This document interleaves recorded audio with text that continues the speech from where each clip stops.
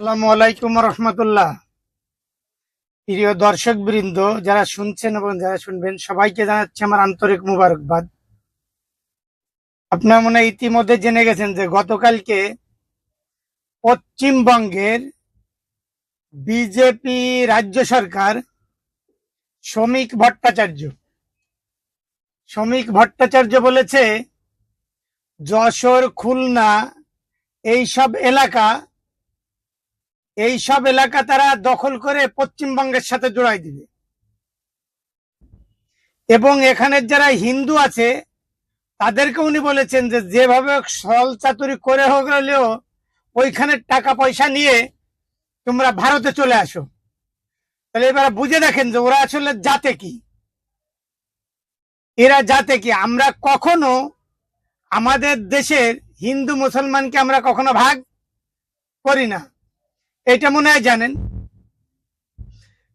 আর এবারে আমার এটাও জানেন যে আমাদের যে অস্ত্র প্রদর্শনী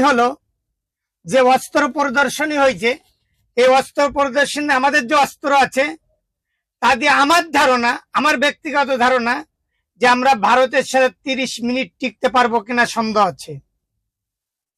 এই জন্য আমি সরকারকে বলবো যে ভারত সেই 54 বছর স্বাধীন হয়েছি, আমরা কিছুই করতে পারিনি, করেছি শুধু খালি দুর্নীতিগ্রস্ত রাষ্ট্রটা করেছি, যে কার চেয়ে দুর্নীতিতে ফার্স্ট হতে পারে। কিন্তু রাষ্ট্রটা উন্নতি হবে, রাষ্ট্রের মানুষের উন্নতি করতে হবে, এই জন্য আমরা কখনো চিন্তাও করিনি। এবং যতদিন পর্যন্ত ইসলামী সরকার না আসবে আমার কাছে মনে হবে না। যে কথাটা বলবো যে কমপক্ষে আমাদের এতটুকু ট্রেনিং দিতে হবে, তাদের বিভিন্ন অস্ত্র থাকতে পারে, সবকিছু থাকতে পারে, জেনে নিন আমাদের যে ঈমান আছে এই ঈমান আর কারণ নেই, ভারতের কারণ নেই।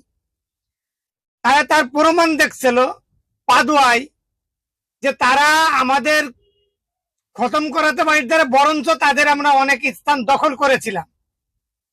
সেই পাদুয়ার কারণে আমাদের সেনাবাহিনী 54 জন সেনা সদস্যকে জীবন দিতে হয়েছিল। তাই আমি যে কথাটা আপনাদের বলতে যাচ্ছি যে সরকারের উচিত এই মুহূর্তে থেকে যে বাংলাদেশের যত 18 বছরের উপরে যত সক্ষম যুবক এবং যুবতী আছে তাদেরকে এই মুহূর্তে খুব দ্রুত অস্ত্র ট্রেনিং দিয়ে রাখতে হবে। আমরা আকাশ থেকে না পারি, আমরা পাতাল থেকে তাদেরকে ভূমি থেকে ভূমিতে আমরা যাতে তাদের মোকাবেলা করতে পারি। আমাদের এই ঈমান আছে, আমরা মৃত্যু হইতে পারে কিন্তু তাদের কাছে আমরা কখনো মাথা নত করব না।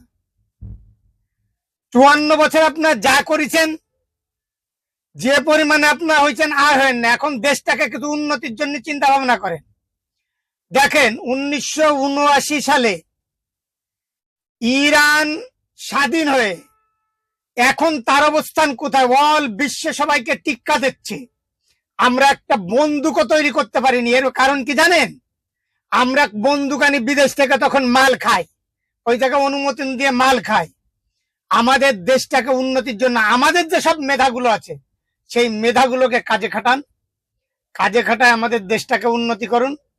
আমাদেরকে এই মুহূর্তে থেকে 18 বছরের উপরে যুবক যুবতী যারা সক্ষম, 18 বছরের উপর থেকে যারা সক্ষম, প্রত্যেককে আমাকে অস্ত্র ট্রেনিং দিয়ে রাখেন।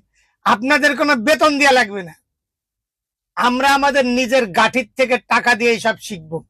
এটা শিখে রাখেন, কারণ ভারত আমাদের আগেও বন্ধু ছিল না, এখনো বন্ধু নেই, ভবিষ্যতে হবে না। আর একটা কথা বলবো, সেটা হচ্ছে যে আমাদের পাকিস্তানের সাথে আমাদের সম্পর্ক বাড়াইতে হবে। জেনে নিন বাংলাদেশ আক্রমণ করলে সর্বপ্রথম পাকিস্তান আমাদের আগে আসবে, আর কেউ আগে আসবে না। দেখেন এইটা, যদি ভবিষ্যতে ভারত আক্রমণ করে দেখতে পারবেন যে কারা আগে আসে। ভারতের পাকিস্তানের সাথে আমাদের কোনো শত্রুতা নাই, ভারত আছে, কিন্তু আমাদের অস্তিত্ব আমাদের টিকে রাখার জন্য এইগুলো প্রয়োজন। আর বাংলাদেশের সবাইকে বলবো যে সব দিক থেকে আপনারা সরকারকে এই পরামর্শ দিন যে আমাদের কমপক্ষে অস্ত্র ট্রেনিং দিয়ে রাখা হোক। আসসালামু আলাইকুম ওয়া রাহমাতুল্লাহ।